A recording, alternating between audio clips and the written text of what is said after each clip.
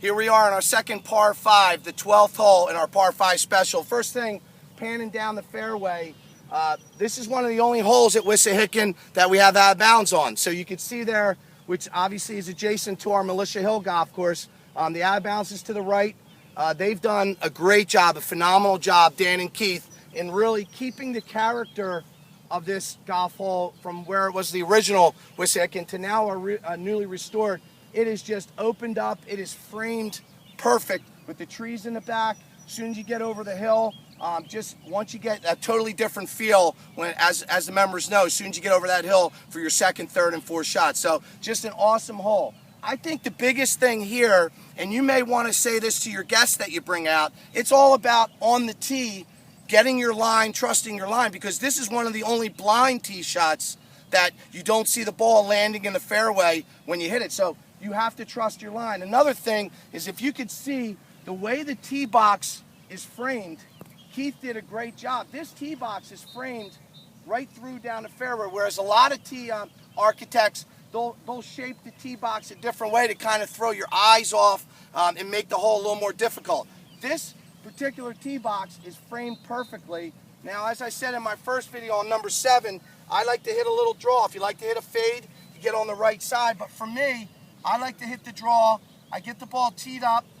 I'm going to aim down the right center of the fairway. Now, you got to trust this. You know, you're looking out there and you're not seeing where it's going to land. All you're seeing are the out of bounds stakes. You got to hit it over the quarry, but you just have to trust your line. As you know, there's a lot of fairway out there. So getting on this tee box, it's trusting your swing, trusting your alignment, and then making a good swing. Now, if you're not comfortable over this tee box, then the obvious statement is you got to turn and get a little bit more alignment out to the left, and maybe even take less club, because we know down the left, once we hit the shot, we have the bunkers that are perfectly placed to get a shot that's going down the left side of the fairway and maybe runs out too much. So maybe it is you hit a 3-wood off this tee. Remember, putting yourself in position is the key on par 5s, so it allows you then to put your second shot down there in a position to knock a good third shot on. So for now, I'm going to hit the driver. I'm going to get my alignment. Like I had said, I'm going to pick the spot out about 6 inches to a foot. I'm looking down the right center of the fairway, and then I'm going to tilt behind so I can get a nice loft on the club. And you can see here, I can't see it land. It's up there down the right center and rolling out. Trust your alignment, trust your swing, make a good swing. Again, don't get any negative thoughts from seeing the OB stakes or seeing the quarry or seeing the trees. Got to try to get a positive thought as the last thought in your head and make a good swing, and we'll get back in position. Got it. Okay, so I've hit a good drive up there in the fairway, but I want to talk about, let's say I don't hit the good drive, or I put myself in position, just like I talked about on 7th hole, that maybe I got to start to think about a little more strategy on how I'm going to make my layup or what I'm going to do. So I'm going to put the ball down right here. I'm going to put it in the rough. I'm off the fairway, in the rough.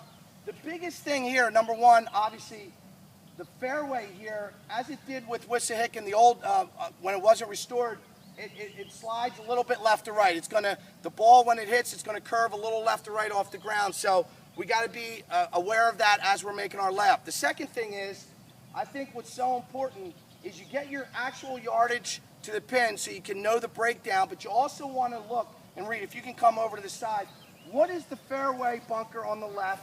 What is the fairway bunker on the right?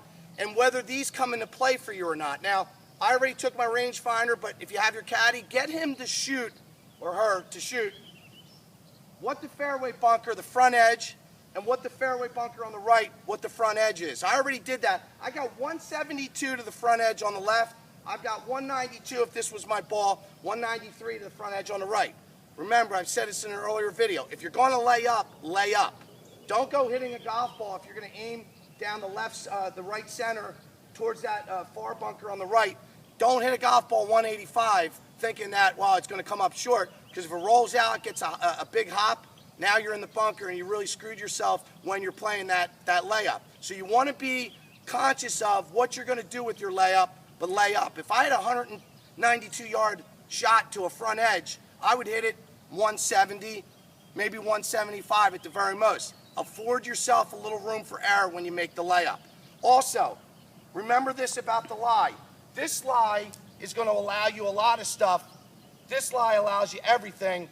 Well, guess what? As soon as the ball's in this position, now it doesn't allow you hardly anything.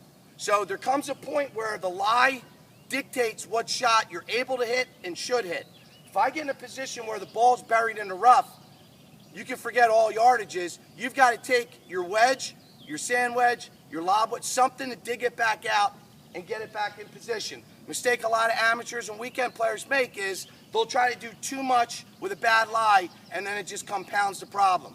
When you're here in the second shot, if you're in this position, look at the lie and then get your caddy to measure the distances to the two bunkers and see from there what you should do. Now, one last thing. If I'm going to hit it towards the left bunker, what I want to know is I want to hit it towards the left bunker if the pin was on the right up on the green.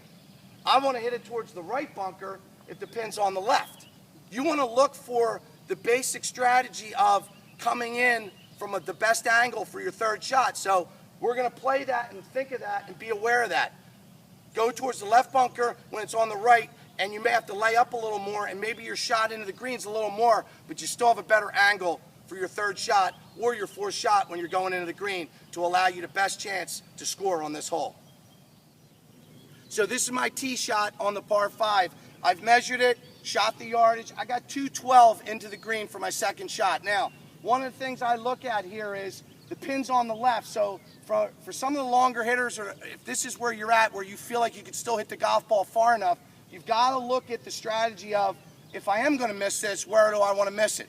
Pin's on the left. If I'm going to miss this, I got to miss this either on the right side in the right rough or the right fairway, the right bunker, just to the right of the green.